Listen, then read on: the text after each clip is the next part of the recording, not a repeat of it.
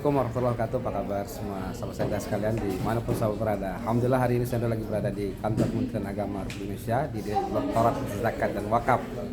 Nah, menemani mahasiswa-mahasiswa kunjungan di tempat ini. Nah, ada Pak Zainuri. Assalamualaikum Pak Zainuri. Waalaikumsalam warahmatullahi Sahabat wabarakatuh. usaha yang lama, yang luar biasa. Dari dulu kami sosialisasi wakaf. Ya. Sekarang beliau sudah Dr. Zainuri. Wah, ahlan, masya Allah luar biasa. Pak Dr. Zainuri di Kemenak, di Direktur Zakat sekarang bagian apa nih kalau boleh tahu? Pengamanan aset wakaf. Pengamanan aset wakaf. Itu artinya memang sengketa itu paling banyak kan bukan di zakat ya, sengketa itu paling banyak di wakaf. Nah kalau boleh tahu apa penyebab terjadi sengketa wakaf di Indonesia? Paling banyak dari apa? Sengketa wakaf kan bermula dari dokumen, karena wakaf itu dokumennya harus lengkap, misalnya adanya akta ikrar wakafnya atau akta pengganti akta ikrar wakafnya atau sertifikat wakaf itu bagi tanah ya, fik aset atau aset tetap. Maka dokumen negara ini harus harus ada gitu, karena ketika terjadi persoalan hukum di pengadilan, kita nggak punya dokumen ya seringkali ya was-was lah wakaf. Jadi artinya memang masyarakat kalau mau berwakaf pertama datang ke KUA, ya kan?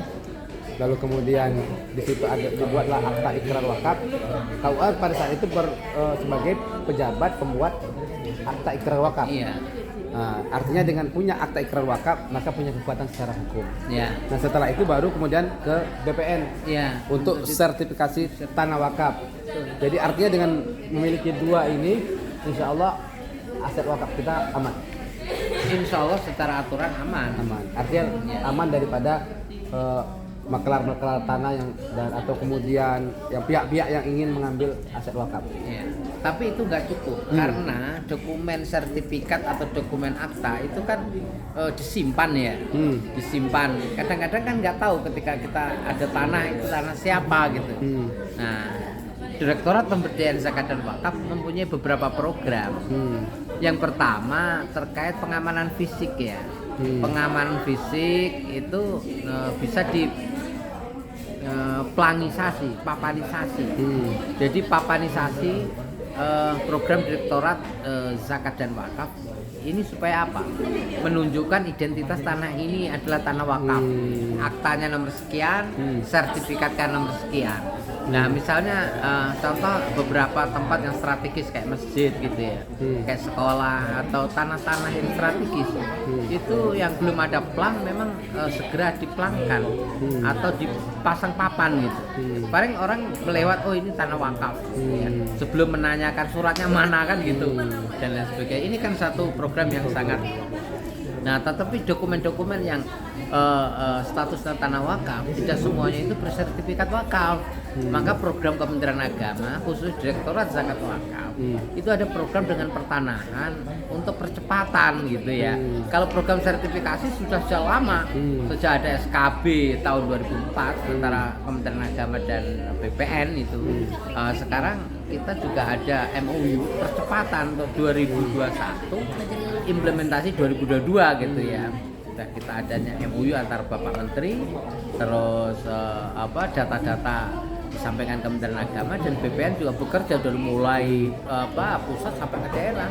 Dan alhamdulillah kami dokumen-dokumen dari Kementerian Agama mulai dari pusat, Kanwil, Kemenak Kabupaten Kota sampai ke KUA sama Nazir itu selalu berkoordinasi berjenjang untuk mempersiapkan dokumen-dokumen yang mau disertifikatkan, yang sudah terdata, by name, by address, semua sudah ini, dan BPN lebih mudah untuk memetakan untuk pensertifikatan itu.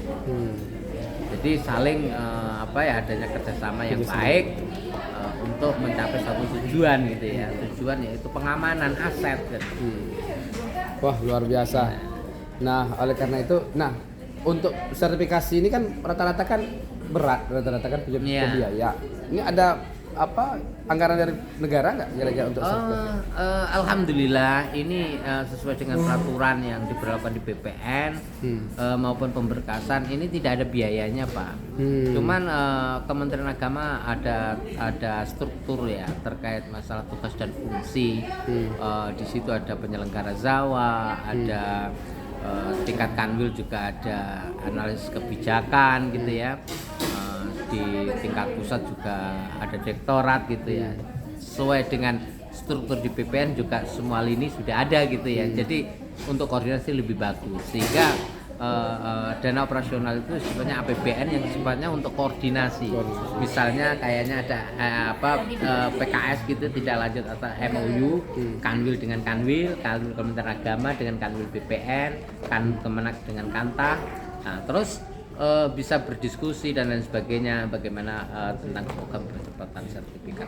Wah, luar biasa. Artinya tadi akta ikrar wakafnya harus ada, sertifikat tanah wakaf harus ada, lalu kemudian pasang pelang untuk identitas tanah wakaf.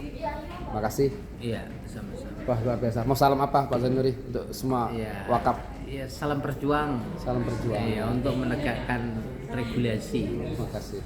Perwakafan. Wah, luar biasa. Berat memang tugasnya Pak Zainuri ini adalah Dr. Zainuri ini adalah merupakan polisinya wakaf ya. Wah, berkah selalu. Makasih. Doakan Pak Zainuri, Dr. Zainuri sehat bersama keluarga dan juga untuk sahabat-sahabat wakaf lainnya. Tapi jangan lupa, tidak cukup hanya mengamankan wakaf, tapi juga ayo berwakaf ya Pak Zainuri ya. Sehingga aset wakaf kita terus bertambah dan manfaatnya dirasakan oleh umat. Makasih Pak Dr. Zainuri, barakallah. Salam hangat dari Sendra dan Pak Dr. Zainuri merupakan Kasubdit Pengamanan Aset Wakaf Direktorat Zakat Wakaf Kementerian Agama Republik Indonesia. Salam zakat, salam wakaf. Assalamualaikum warahmatullahi wabarakatuh.